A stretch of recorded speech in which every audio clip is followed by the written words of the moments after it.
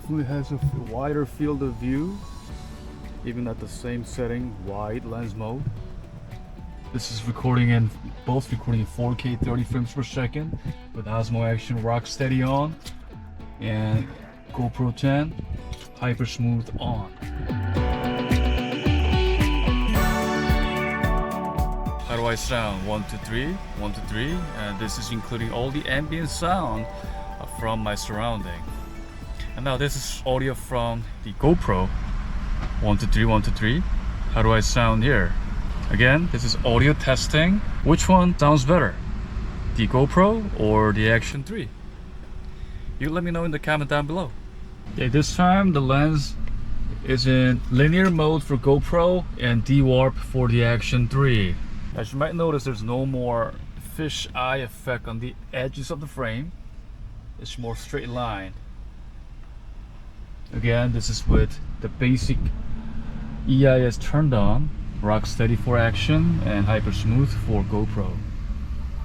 What I do realize is that since the Action 3 has a wider field of view lens, the images tend to be more stretched out towards the edge of the frames here, left and right. As you can see, the red car, as it's filming towards the edge, it does get stretched quite a bit here, as opposed to the GoPro. It does get stretched a bit, but it's not as aggressive as the Action 3, as you can see through this comparison here. So that's one thing to keep in mind when you're considering the Action 3 camera here. Okay, this time I'm doing some wind reduction noise test here. So it is quite breezy today here. I would say about between 5 and 10 miles per hour. So now I am outside of my car, so this is a real life setting here. Real life audio, real life image quality based on the shades, shadows, and also the sunlight. Wow, now it's really breezy. Can you hear me? Which one do you hear me better here? It's very breezy right now, and it's continuing to blow.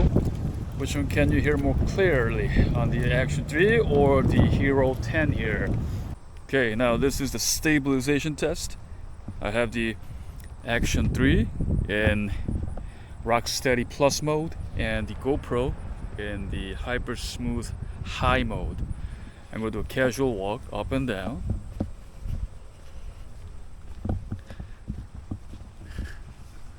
Now the EIS stabilization on both of these cameras are top notch. They work phenomenally, as it should.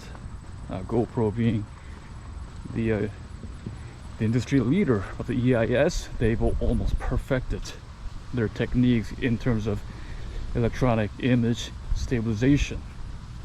So this was my fast walk, casual jogging.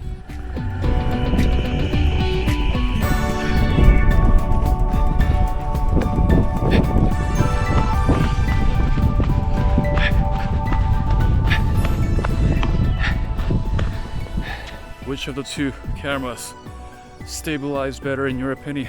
So let me know in the comment down below.